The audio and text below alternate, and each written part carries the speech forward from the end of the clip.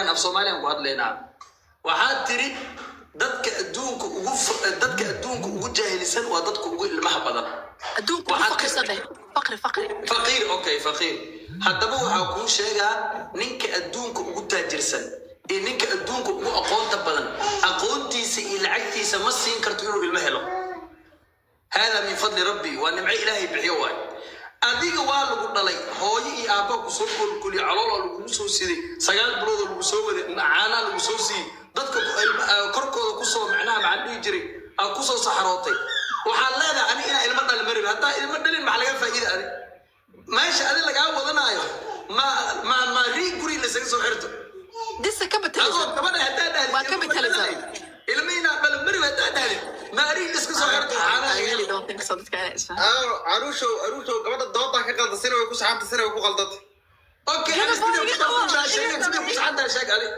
أوكي واحد يكون غلطت أقول شيء. وحاجة. أوكي أيضا الضوضة كقلد لكن أنا هلو أقول رأسنا. المها هذا وحب ورنود وحسين كرنود ولا جين كرنود وشرف كورين كرنود أروش هالك على الله فدا حتى لين. هذا أقول رأسنا. 100% waxaan diidanay adoo bajaajla inay bulshada inta ka waasho biilkina inay gabar guurso ku dhado 4 cunug soo kordhisa bajaajkana shaqay weysa laagtan aad furta macruul adduunka ku soo kordhisa okay taas ka jawaabo okay waxa iga dhaxgal markuu ka jawaabayo fiiri horta gaalada iyo dadka aan ahli kitaabka ahayn iyo dadka aan ilaahay aaminsaneyn ayaa aaminsan ilmaha in lacag meel loo dhigo ilmaha hadaan lacag leeyin inaan la dhalin inaan sidaan la sameynin fiiri ilaahay subxaanahu wa tacaala wuxuu noo ballan qaaday uuna noo sheegay fiiri xitaa cumar bin khataab radiyallahu anhu wuxuu dad saxaabada ku dhihi jiray haddaad faqri ka baqdaan guursada inaad guursato rabaa aayad quraan ku sheegay that's bullshit aayad quraan ku sheegay ku dhaa bullshit dhigin aayad dhigayso آيات القرآن كده هيصو آيات القرآن كده هيصو نبي محمد صلوات الله وسلام عليه وعلى الله ينجنا من الفقر إلهي وحكنا جنا الفقر تبقى أولاد هوام حي آموس آيات أبو شجاع كيس كوالين هذه dadkan inta badan wadamada qurbaha ku nool oo qurbaha ku dhashay see dadka gaalada u dhax joogeen waxay isu malay inay dadkaas yihiin aayada quraanka ku sheegay aamus ma adu qurba joogtay ara la hadlay isu kala aamus ana ku sheegay in yakunu fuqara yuqnihum Allah min fadlihi wallahu wasi'un alim la ilaha faqriga hadaba ka baqna daab guursadid bu ilaahi fadligiisa iyo karaamadiisa ilaahi albaabani ugu furay ilaahi waasala anaga waa fahansanay aayada ku dhameystay ilaahi waa fahansanay aayada ku dhameystay kiiskaas ka waalid cunugka dhashay arsaqiisa asaga wada dusha ma ka saarnaaday saacadi u noosha arsaqa ilaahi uu leeyahay ayu cunugan arsaqiisa ilaahi uu leeyahay delusion balay because bajaja ka shaqeeya yaa ku sheegay diinta ha ka hadlin day logican ka hadlowna diinta ha ka hadlin ay logica diina ka hadlay ay logica maya day adiga kutub maanta ma iskuma soo qaadanoona ma ogtahay wax anaga waxaan ka hadlaynaa oo ummadeena waxa ay ma garanaysaa carada dhulka afka anaga dhan ugu lowada aadnay oo aan faqri waxa maqli jiray ma taqaanaa ii sheegay maxaa la dhahaa ii sheegay dadka ma hal had fiir caruus aaway dadka ma taqaanaa ummadeena Soomaalida waxay dadka ma taqaanaa waalidiinteeda wax kale uguma dhaxal kale ma jirto dhaxasha kaliya aan dhaxalno ama Soomaali ee dhaxli jirtaa waxay tahay faqri waa generational faqri ina dhaxalno waxa keenayaan ku sheegaa ma fahantay diinta islaamka ma taqaanaa ii sheegay diinteena naxariista badan ma garanaysaa nabi maxamed sallallahu alayhi wasallam alayhi horu u sheegay wuxuu dhahay hadii aadan awoodin cid kugu qasbaysaa ma jirto inaad guursatid horta kow ما فهمتي لغوما سو استاجيناي maalintii يوم la qiyaamo maxaa u guursamayso oo ilma maxaa la u dhalweys laguma soo istaajinayo laakiin dis fikirkan oo ah ma taqaana ma rabtaa inaad faqriga ka baxdid waa la guursadaa moor waxaad rabtaa inaad ma taqaana faqri sii gelisid caruurtaas aad ma garanaysa adduunka aad keenaysid caano uma haysid guri uma haysid biil uma haysid wax aad maanta kusoo kordhin kartid ma jirto ilmahaaga maanta haddee banaanka beerkooda yaalaan social media ama meel walba inta kaalayoy waxa layla qabtooy walaala macaan nolosha inta ka dhiman ma waxa Soomaali ay ku jiraysa ama wiilasheena ay ku jirayaan rafaadkan iyo silcan iyo hablaheena iyo ilmaheena ma waxa u sii ma taqaana hogaaminayna nolol wanaagsan oo ah in ilmaha wax la baro in ilmaha guri naxariis fiican ay ka soo baxaan because ilaahay adigu korkaasa responsibility-ga oo waalidka ah haddaadan awoodin haddaadan kasoo bixi karin gurigooda guri kulul inay kasoo baxaan cunto fiican inay helaan ina ilmaha jeceyl ku korisid soomaalida badankoodaba anaga oo dhan waxaan u jajabsanaan aan u rafaasaan u silacsanaan waxay tahay hooyadii 12 15 14 ay dhashay because ayadoo yar oo 14 jir ah ayaa ma garanaysaa ayaa lagu bilaabay abuse oo baadiyo joogto way dhalaysaa ilmaha maba kala taqaanba ilmaha way waxay hardahaas iyo ma garanaysaa iyo geedaha iyo cunugii bahal cunaayo cunugii socday cunug kalama taqaano saasaa lagu soo wada kore jaahilkaas ayadoo lagu soo wada kore anagaa wada dhalanay lisan anagaa wada dhalanay marka waa inaa fiiri aruush ani waxaa aaminsanahay maya lisan hadda waa xataa kaaga baxaa waxaa aaminsanahay inaad different ka dadkii hore iyo maskaxdii hore inaad maxaa lahaa ii sheegay ka hormartid oo ah ilmahaaga naag haddaad guursanaysid inaad guri u haysid yes ilaahay adigu uu ku saaray responsibility-ga waa inaad hanti aad u haysaa ilmahaas waa ina ilmahaas si fiican u korisaa diintaaba ku celcelino saarada ka baxay hal saac ku dhageysan waayaad marka u leedahay saa waxaa la yiri waa ku dhageysanay aamu markaa faqriga guurka looguma baxee faqrigaba guurka keeno wada okay aamu balkaba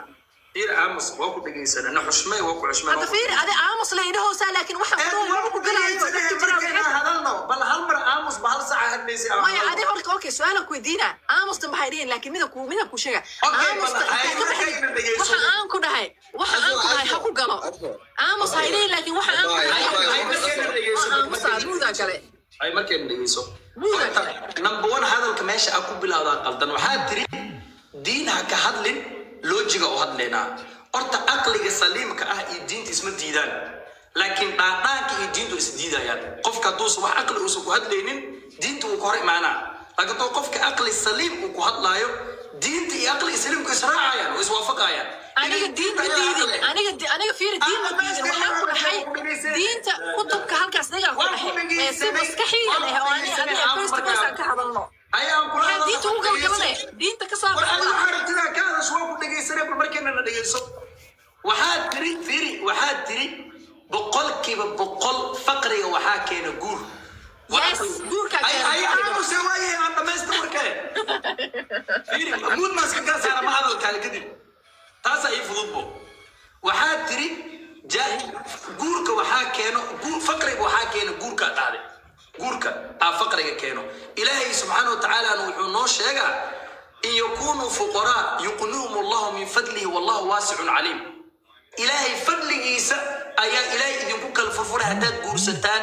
guurka sunno waaye waa sunno la wanaajin waaye anaa tusaale kaaga soo qaadaya aayadda uu sheegay guurku ma jirto aayadda uu sheegay guurku iska saara marka anaa hadlaa iska dhaaf fiiri kaligeed iska daldalada deerabto wallahi dadka noocaan oo kala ah waa dadka la soo diray oo dadka mujeeda oo reer galbeedka ay soo direen waaye reer galbeed maxaa lagu leeyahay mataqaanaa adoona shaqaysanin adoo PhD haysanin adoo guri gadanin adoo gaari gad ma guursi kartid gabadha goormay guursanee 35 sano markay gaartay guursanee ninka goormo guursanaa 45 50 markuu gaaro guursanaa oo nolosha dhan inta kores waa la tumanaa ninka tumanaa naag laama joogaayo gabadhan waa tumanayna laama joogayso laakiin goormadis uu guursanaa markii nolol la sameeyo oo lacag la sameeyo oo business la sameeyo guursanaa shariicada islaamka saas ma qabto dhaqankeena saas ma qabo waa dhaqan gaal waay waxaas gaalada dhaqankeeda la soo guuri babliga imaan hadda waxaa laga yaabaa waxaan inay dad yariis intay dhageystaan ee wax kale u arkaan war haddaad gabar tahay oo ilaahay fiiri taajirka lagu sheegay nabi sallallahu alayhi wasallam taajirku wuxuu ku sheegay qofka haddii uu haysto ruuf uu dhaxanta ka galo meel uu dhaxanta ka galo hadduu haysto maalinkaana uu caafimaad ku soo kaco hal waqti uu wax cuni kara uu haysto taajirka adduunku waa adduunyadii oo dhan hoos imaatay haddaad gabar tahay oo ilaahay awlaad ku sii cid kaa taajirsan ma jiro haddaad wiil tahay oo ilaahay awlaad ku sii cid kaa taajirsan ma jiro adduunku waxa uu xunfiiray dadkan yurubka ku dhashay dadka yurub ku dhashay iyo dadka yurub ayagoo qaangaar tagay uqsum billahi dadka iyagoo yurub qaangaar ku taga ugu xun dadka yurub ku dhashay yurub waxay tahay ogyihiin dadka yurubiyaanka say u dhaqmaanay ogyihiin dadka gaalada say u dhaqmaanay ogyihiin laakiin kuwa hadda yurub ayagoo weyn tagay oh my god maxaa xijaabka dhigu qasba oo ku leeyahay aniga yay celi karo gaaladii aan iska dhigaa gaalkina mala gaari muslimka waa laga tagay war guursada ilma dhala soo intuu qof weyn oo ilaaha weyn oo waaxid qof dhan soo intoo meel usoo fadhiisto uu dhaha ani waa guursa lahaa laakiin ilmi inaan dhala marabi guurka lagu sheegay ilmo ma ahan in la guursado macnaha ilmo ma ahan laakiin at the same time in ilmo la guursado waa guurka dhadhankiisa waa ilaahana bixiyo wala ku weydiina waa ka baxa mid u dambaysa hal mid u dambaysa mid u dambaysa daraasayna bas hal ku dambeeyay waxay ku celceliyeen ilmaha nolol ma u haysaa war fiiri adoo indha adoo leh oo labada indha leh oo wax ka arki karo indhahaaga wax kuma aragtida ilaahay awoodiisa amarkiisa wax ku aragtaa dhagii adoo leh wax kama maqashida ilaahay amarkiisa ka maqashaa ilaahay asaga adduunyada iska leh cidda uu keenayo iyo cidda uu ka wadayo xukunkeeda ilaahay subxaana wa tacaala iska leh inaan farajishidid maaha shalay ani intaana guursan ka hor $60 oo ku shaqaynayo wallahi $60 oo ku shaqaynaya intaana guursan dukaan oo dhanaan ka shaqaynayo weliba kabaha ninka kabaha tirtiro oo dukaanka boorka tirtiro oo customka markay soo galaan sayska siiya ahaa markaan guursaday kadib nolosha iisii bilaawatay gaarigaan yeeshay dukaankaan wax ku yeeshay ilaahay arsaqiisii furay soo ilaahay ballanqaadkiisa maaha waxay hadda rabtaa inay noo sheegto ilaahay hadalkiisa iyo ballanqaadkiisa been waayo laakiin fikri gaal iyo mabda gaal uu wataa saxan inay noo sheegtay rataa waalidka waalid ah waxaa nagu soo barbaariyey in ilmahan arsaqooda ee wataan ilaahayna uu arsaqaayo يعني أرزاق الله بقول كله $1 أضوي أو عمليابا حبيت أنا لنا كعنتي ذا لقيابا أو أذهب حتى حمد كريم هاي حد يودي هذا الكأساس وكان هلا الجودة صاروا يدقيسوا اسمه هذا الجدي يودي أسمع السؤال برا أروسو كده يودي سؤال عن الجودة إسكتار إسكتار وين ويأمس ويسيب أوكي أروسو أسمع كور برا سؤالك ويدينا باي سؤال شيء يجي جواب بس sababta loo guud adoo faqiir ah guursan Soomaaliya waxa isku haystay markaad wax guursan yes ana waa shaqaystaa ma guursan ma guursanay because I have a choice okay. I have a free will listen free will I have free will I have qofka muslim free will ma laha yes you have free will you have a free will you can do whatever you want daarta guursanaysaa ilaahay idinku dhayro quruxdaana inay tusoo quruxdan fiiriya waxaan idin tusaadayaa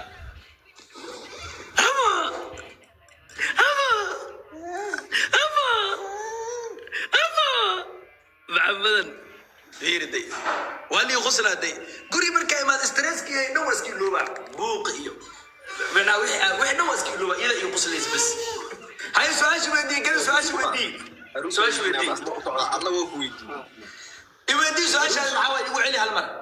اروح سؤالك ويدينا انا قد بوي بقى معك سو قاد صح واي ما عمله وحنمله وحي يقان ملهن aabahay oo doqor qarax ku dhintay hooyaday tagtay ani keligay baan ahay saxwa ano waxa oran la diiniin way banaanta qofku inuu guursado duu qangaar yahay inuu maaragtay iska guursado taa ma kugu haysto laakiin ano